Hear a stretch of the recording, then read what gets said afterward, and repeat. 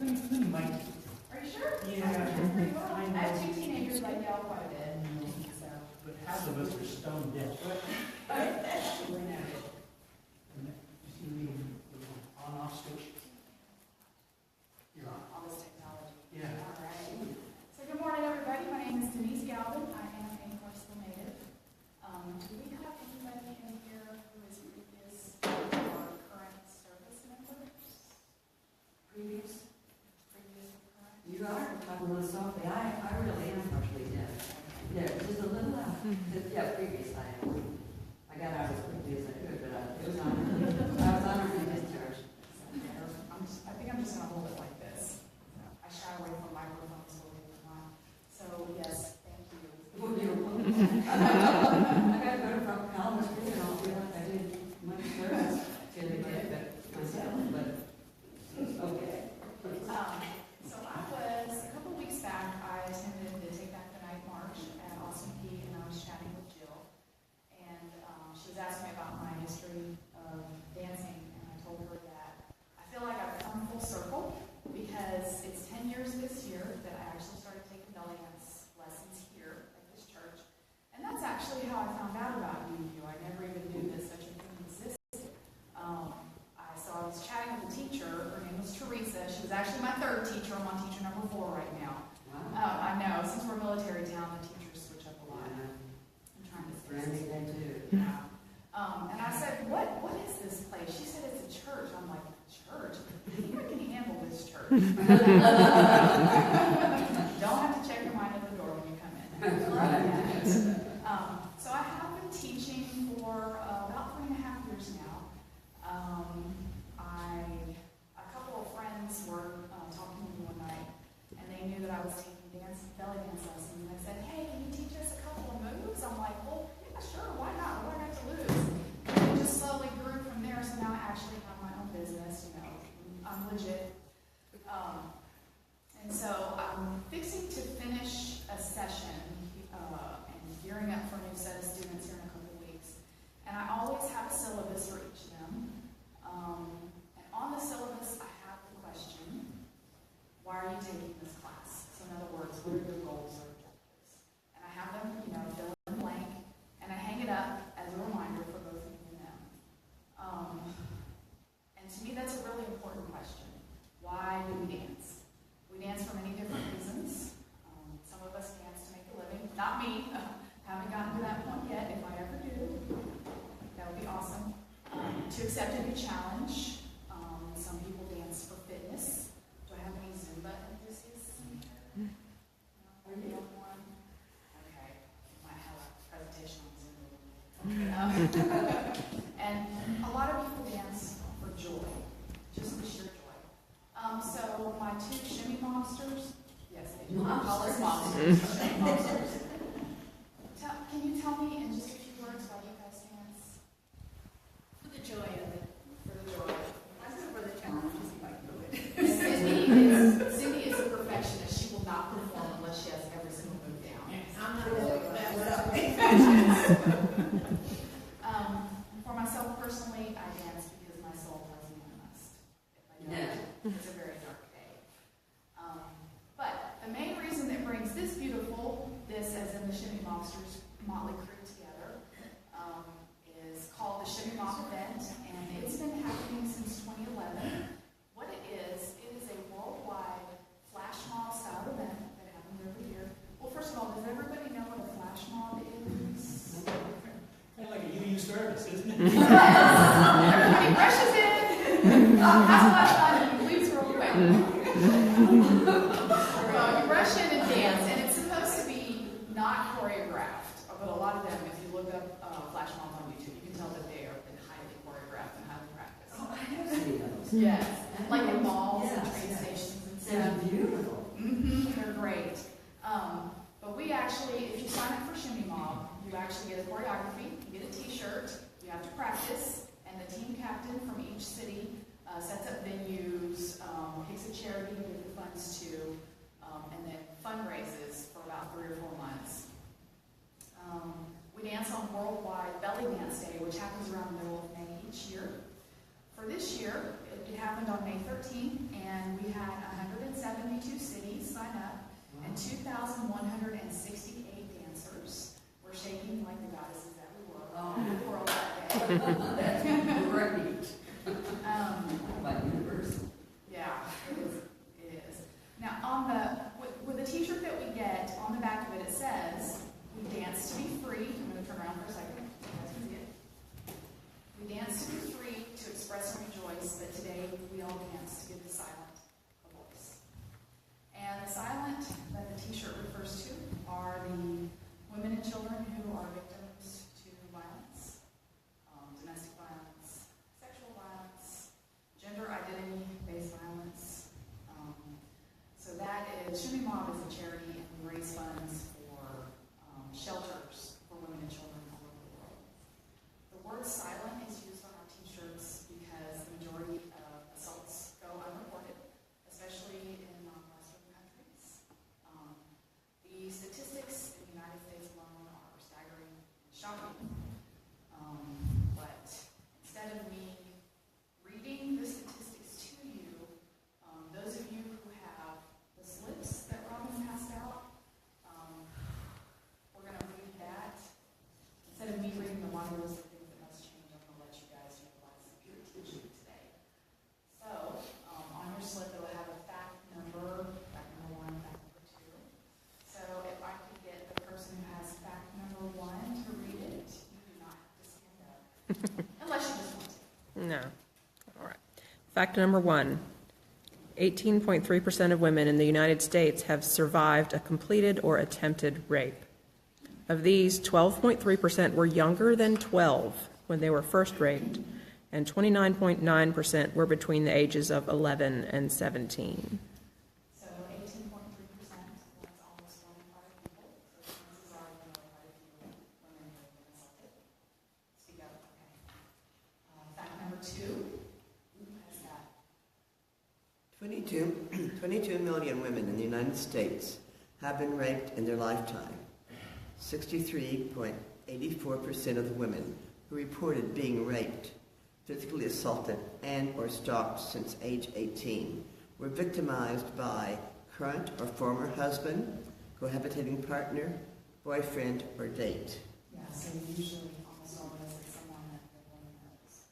22 million is not an acceptable figure. An acceptable figure is 0. Fact number 3. Less than half of domestic violence incidents are reported to police. African American women are more likely than others to report their victimization to police. Fact number 4. The FBI estimates that only 37% of all rapes are reported to the police. U.S. Justice Department statistics are even lower, with only 26% of all rapes or attempted rapes being reported to law enforcement officials. It's 26, you said? And that's, 26% was the U.S. Justice Department's figure. and that's here in this country where people feel a whole lot freer to speak than in the non-Western countries. I'm sure it's probably close to 0% in the non-Western countries. Fact number 5 or 6. 5. Number 5. Who's got fact number 5? Almost 1/3 of female homicide victims are killed by an intimate partner. So they know who the person is. Fact number 7. I get 6. Oh, 6, sorry. The National College Women's Sexual Victimization Study estimated that between 1 in 4 and 1 in 5 college women experienced completed or attempted rape during their college years. Yes, it's the issues are even more magnified on college campuses, and a lot of the reason for that is that you have these young people that perhaps have had to follow a certain set of rules for the first 18 or 19 years of their life, and on a college campus, and they have way more latitude. All right, number 7? 6, sorry. So I'm not a math major. 7. Every 2 minutes, somewhere in America, someone is sexually assaulted. Every 2 minutes. So it's 30 now, right? All right, next one. I'm going to try to make the number. Number 8. Factoring in unreported rapes, about 6% of rapists will ever spend a day in jail. 15 out of 16 will walk free. That fact just enraged me. 15 out of 16 accused rapists will walk free and never spend any time in jail. All right, next. Myra, what number did you have? 8. Eight. Okay, 9. Sexual violence and gender-based violence is associated with a host of short and long-term problems, including physical injury and illness, psychological symptoms, economic costs, and death. And last one. Rape victims often experience anxiety, guilt, nervousness, phobias, substance abuse, sleep disturbances, depression, alienation, sexual dysfunction, and aggression. They often distrust others and replay the assault in their minds, and they are at increased risk of future victimization. So, when I asked the question earlier, why do we dance? This is why ShimmyMob dances every year. So each of us is only one person. What can we do? Together, we do have the exponential power to affect change. We must work on creating a society that doesn't look at victims with a suspicious eye and doesn't question them. A society that provides long-term aftercare for the victims, stigma-free wraparound services. We must raise our children. This starts at home. We must raise our children to understand that no means no. Even seemingly innocent playground shenanigans like flipping skirts or teasing someone about how they look. It's not acceptable. We must teach our youth to ask permission before touching anyone for any reason and be receptive and understanding if their request is declined. And this one is the hardest one of all. If you know someone who is in an abusive relationship, and most likely you do, insist that they seek help from protected agencies and organizations, law enforcement included, and the courts. And sometimes it takes a while to get something done, but don't let them rest on their laurels. So, if you need information on those protected agencies and organizations, you're welcome to come see me afterwards. I'll get you connected with some folks. If you need further information about this subject, come see me as well. And if you'd like to join ShimmyMob and help us further our cause, come see me. If you'd like to make a donation, come see me. Just come see me. I love talking to you. Don't hear me, come see me. Okay? So that concludes my teaching part about domestic violence. I'm sure you guys are familiar with most of those statistics. So I feel the need to take a great big inhale and exhale. You guys want to do that with me? Just inhale for about 3 seconds. Hold it. Good. And exhale. Some pretty good depressing facts. So I have a very important question for you guys. Have you danced this week? Dance. Oh, yes. You have. Okay. Raise your hand if you have danced this week. Oh, okay. Okay. Yeah, I did. I spun you guys. Huh? That's right. I was not expecting this response. I love that. So just out of curiosity, tell me what kind of dancing you did. Taking an informal poll. Is there freestyle? That's the word I needed, because there's not an dance called wild dance. It's just improv. Okay, freestyle for wild. No ballroom, no salsa. Dr. Peacher does ball, and he's not here. Embarrassing dad dances. Embarrassing. Yes, I love watching those videos. I love the dad dances. Okay. So, for those of you who have not danced this week, here's my challenge for you. I want you to go find a dance class anywhere in Clarksville. There's probably one person. Or find someone who teaches dance and ask them to show you a few moves. Okay? If you have a significant other, come on a slow song and ask them to dance and watch the reaction. Okay? When was the last time you slow danced with your significant other? Last night. All right. Yes, I'm kidding. You're awesome. I'm sorry to answer all the questions, that's just exciting. All right, so, I'm finished talking. What we're gonna do next is ShimmyMob. We're down 2 mobsters, by the way. We have 2 that couldn't be here today, so it's just gonna be me, Robbins. We're gonna perform 2 dances for you. These are official choreographies that were performed all over the world this year. And then after that, we're gonna do a belly dance lesson. But you guys knew that was coming, right? What is that belt called? It's a coin belt. Where's the We have coin belts. We have enough to go around. You gotta watch this. All right. Is it possible to kind of put the chairs in a somewhat circular fashion? We don't need a whole lot of space.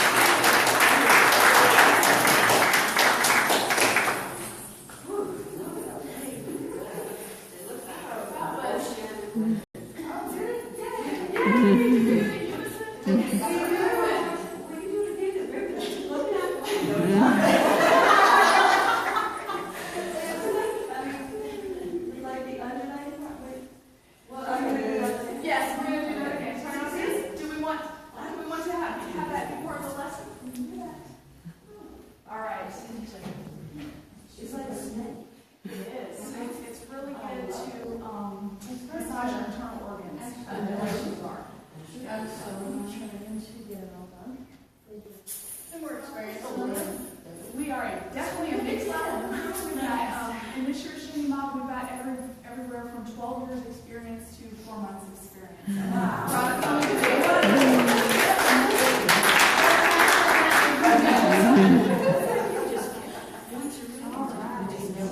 Yes.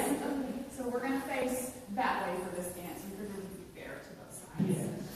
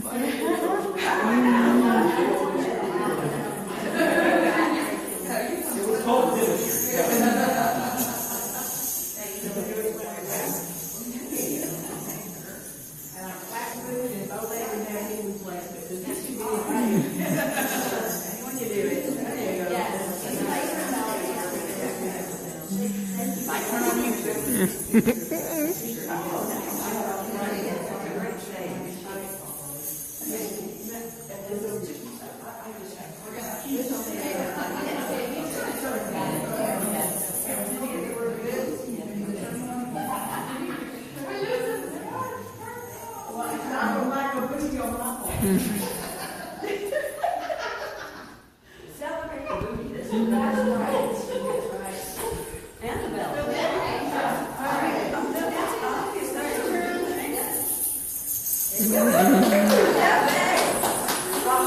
All right.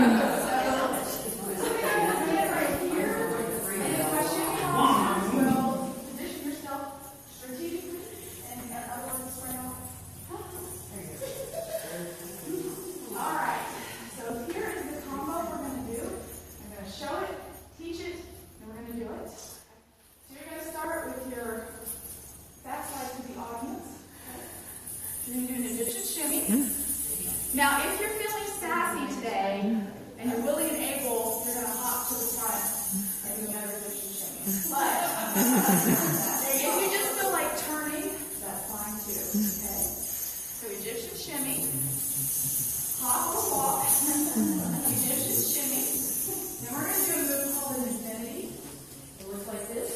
Jill has learned this one before. Jill can figure out me, she's going to be my truth. So it's basically a figure 8 laying on its side. Okay? So after our 2 shimmies, we're just going to do 2 of these. So that's a 1, 2. Okay, so the hips are going to stay still, and now the movement's going to move up to your shoulders. We're going to shimmy, shoulder shimmy. So we're going to shimmy to the right, reach your audience. Shimmy to the left, reach your audience. Now you're going to take a tiny step forward and shimmy forward. And shimmy back. And then pose. Oh, yeah. Either way, I'm not picking up the feet. Now I'm coming right class and picking up. Okay? All right, so let's see if we can take this from the top. So you're going to turn around. Everybody's going to have the back facing each other. Okay, you're going to move your knees back and forth really quickly in an Egyptian shimmy. 8 counts. Hop, turn. Egyptian shimmy. Good. 8 counts. Knees stay still. Move up